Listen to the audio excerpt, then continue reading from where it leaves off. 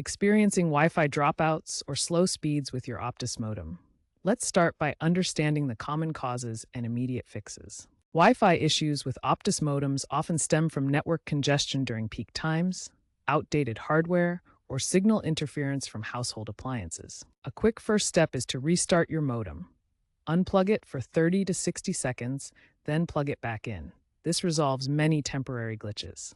Ensure your modem is placed in a well-ventilated, central location, away from microwaves and thick walls to minimize interference. To check the status of your Optus network and confirm no outages are affecting your area, use the Optus app. If issues persist, confirm your NBN plan's speed cap, like NBN 50 providing up to 50 Mbps, and compare it against your actual speeds using speedtest.net. Finally, ensure your modem's firmware is up to date through the Optus app or web portal, typically accessed at 192.168.1 in your browser. If basic restarts don't solve the problem, consider a factory reset.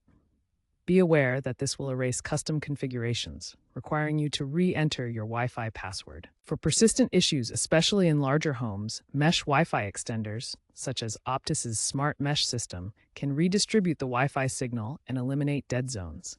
Optus has launched firmware updates designed to improve stability for its modems.